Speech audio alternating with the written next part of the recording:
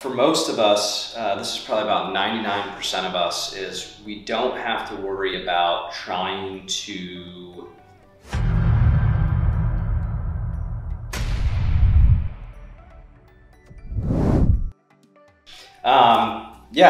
so far I think we've kind of, peppered you guys with, hey, here's how you go to the gym and do what you need to do. Here's how you, stay motivated, for lack of a better term. But let's turn our attention to the inevitable of what happens when I do fall off, and whether that's,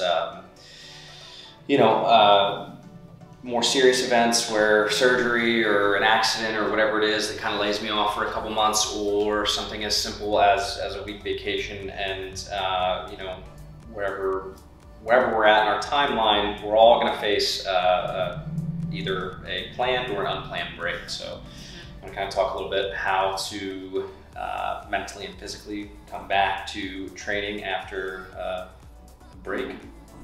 I feel like that's something that all of us have experienced, whether it be, like you said, I know some people that, personal things, family, sometimes is going to take the priority, and that's totally normal. And we understand that. Everyone in the fitness industry understands that those things are going to happen. But, why is it so important to get back to it? Like, I know when I'm extremely stressed, if I'm not working out, like I almost chase those endorphins. I need that feel good after a very difficult workout. It's almost like, for me, the more stressed I am, like the more I crave a more intense workout, because of just that feeling afterwards, or just something that I'm in control and of feeling really good through that workout. But everybody is different. Sometimes people just get so exhausted from stress or, fatigue from coming off an injury or something like that, that it can be really hard to get back into it. But do you think people need to go right back into doing exactly what they were doing, or?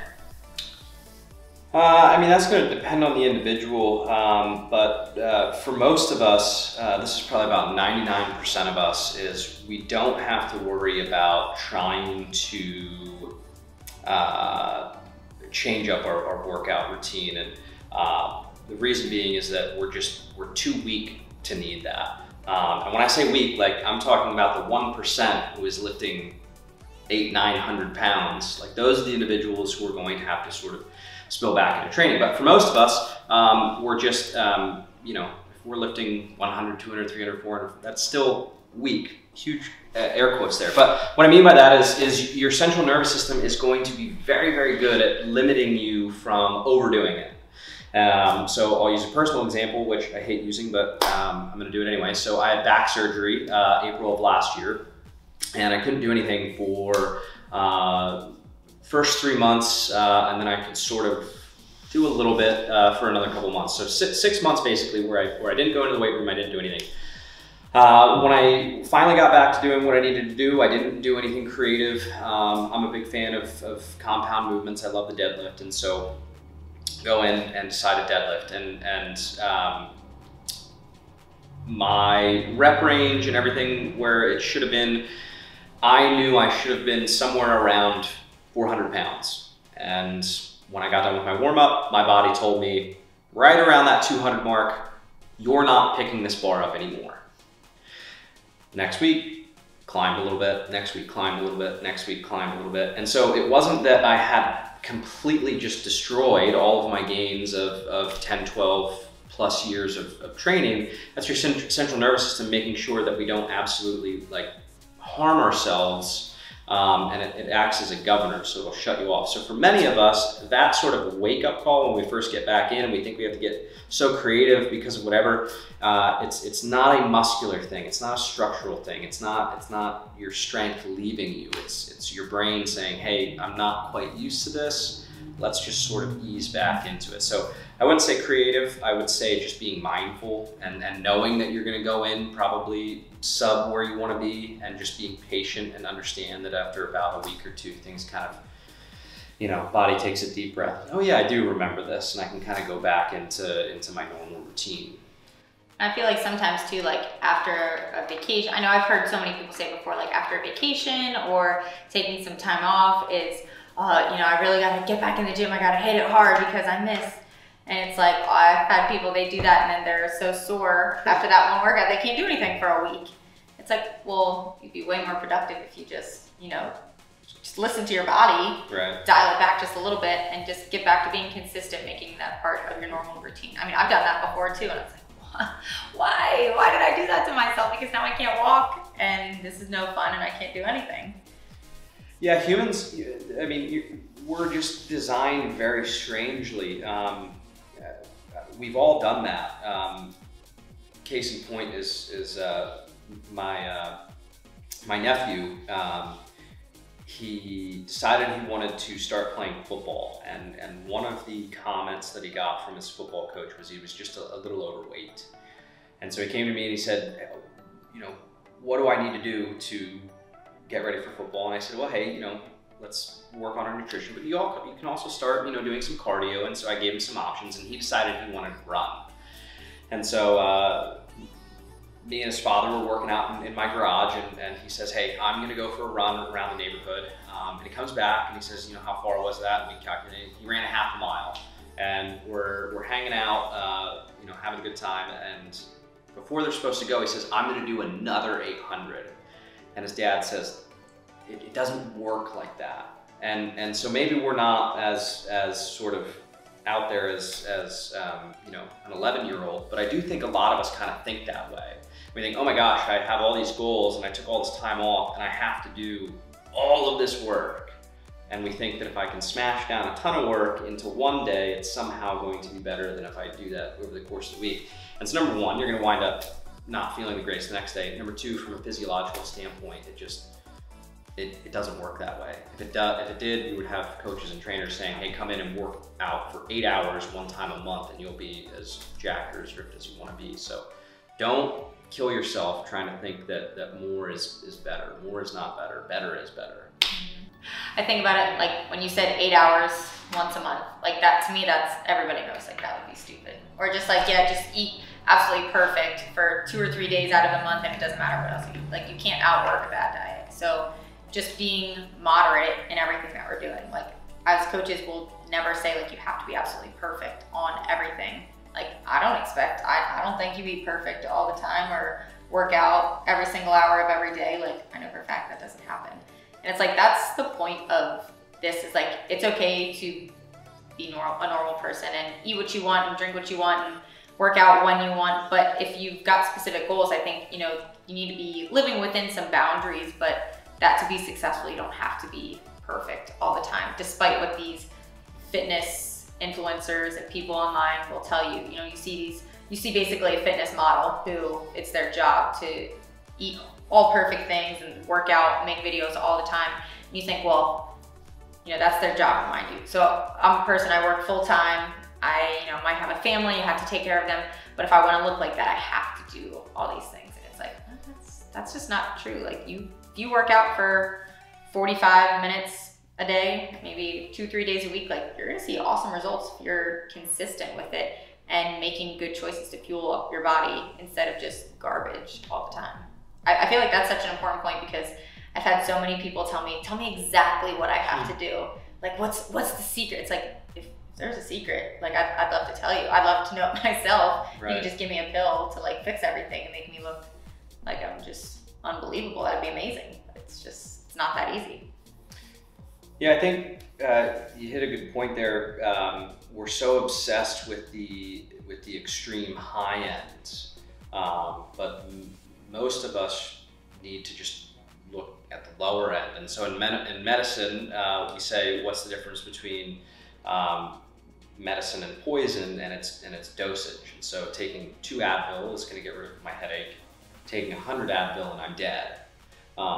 Think about that in terms of your training. We all want to do as much as we can. We're looking at that ceiling. What's my max capacity? I think you would be much better off looking at what is the least amount I need to do for success. That's not an excuse to be lazy. That's not saying what's the least amount I can do and just half-ass it. It's saying what's the least amount that I need to get to where I want to go. You're gonna feel better in your journey. You're not gonna be doing this up and down yo-yoing of crushing your body and needing to take off, crushing your body and so on and so forth. So maybe instead of looking at maximums, start looking at minimums. It's going to put things in better perspective, and we're not going to fall trap of, oh my gosh, that fitness model, everything they do is perfect. That would be my perspective. And I feel like doing that too is going to just help build your confidence. You know, if I know consistently, all right, twice a week I can go for a walk. All right, you're doing that after a while. Okay, twice a week I'm going to go for a walk, but now I'm going to add 1 day of strength training. Okay, and just building it up like that, building your confidence. So now with time, you're building confidence, but you're also just building those natural habits in your life. You know, you don't have to make all those huge lifestyle changes all at once. Like I've had so many people, they're like, oh, on this day at this time, I'm going to start my diet and exercise plan because it's exactly 12 weeks away from this vacation that I want to take. Well, it's like, you don't have to do all of those things all at once. Like that's a ton of pressure to be putting on yourself to change everything. Right. Like obviously as humans, we don't love change. Like I think everybody could agree on that. So if I'm going to change everything about my life, all of a sudden now I'm going to be very uncomfortable and I'm going to crave having some routine that I already previously enjoyed. So just taking those small steps and building on that incrementally, it's going to build your confidence to know, hey, I know I can do this, but also, hey, I enjoy these things now. I'm starting to see some positive rewards or benefits from these small things. Maybe I want to add a little bit onto it, and then you just can start building up on there. But I feel like it's so much just those people, or the people that'll just pay for a package where it's like, do this, all of this, starting on this day for 12 weeks, and then, you know, it's almost like they try and fish that magic pill in front of you, where it's just like, do the basics, right? And just in small steps, and you'll get to see the results that you want. Yeah, the package deal approach, or the I don't know, quick real fix, far out stuff. Yeah, we so often forget that it's probably not that thing that is making change. A great one that's circulating the internet right now is, it's a great chart of steps per day, and more steps being associated with a reduction in all-cause mortality. And so the big push is just get more steps in, which is 100% true. But if we actually look at the chart from 0 steps to, I believe it goes up to 29,000 a day, right around somewhere between 5,000 and 9,000 steps, there's a very sharp drop off. And so what do all of us do? We hear that I have to go take 29,000 steps a day, but from about 5,000 steps to 29,000 steps, there's not much of a difference. And especially if someone who's only taking about 1,000 steps a day, trying to climb to 29,000, you're making it way too out of reach. You're gonna wind up hating yourself for it. And if we would actually take a step back and say, maybe instead of saying I need to take 29,000 steps a day, I just start walking on my lunch break, or I take a 10-minute walk with my spouse after dinner, or whatever it may be, we're gonna start to get to the point where, hey, I'm noticing benefits, and I don't have that that nastiness of, there's just no way I can maintain this for forever, and then we have that drop off again. And so I think just, you know, kind of wrapping this up, I think the biggest thing is you want to make lifestyle changes, and if you've got specific goals and things that you want to look for, you know, you don't have to do all of it at once. Just taking steps, getting the right people in your corner, understanding that, you know, there is no one right or wrong way to do something, that, you know, one thing that works for somebody is not going to work for another person. So just doing your research in who you're putting your trust in, making sure that you have the right resources to help give you support. You know, a lot of ways, you can do a lot of things and be successful, but you can also fail with a lot of different things. Yeah, that's great. I do like leaving you guys with, we talk very philosophical in these discussions, so I try to leave you with some type of tangible take home. So number one, I would Google rate of decay in exercise, but I'll give you a quick rundown. A lot of us, we panic when we take a break and we think, oh my gosh, all of my success is going out the window. Well, different styles of training are going to stick around, so to speak, for longer. So your strength training is going to stick around for about 30 days, meaning whatever you've trained up to is going to not drop off for about a month. Same thing with aerobic style stuff. For those of you who are more interested in things like powerful movements, for those of you who are Olympic weightlifters out there, that's going to be closer to about a week. So Google it, you'll see all the rundowns of different things. But I hope that can kind of put things in perspective when you're planning a vacation and you're saying, hey, I need to go away and train. No, you don't. Like, you have time. The body is pretty good at maintaining itself. So like always, guys, I hope this helps. If you have a comment or have questions, please leave a comment for us. Alexa or myself would love to get back to you. And my least favorite part is, because I never remember how to do it, like this, share it, Google Powertrain, follow us on every social media page, tell all your friends. Did I miss anything? Nope, I'm starting to get better at it. So thanks for joining. See you guys.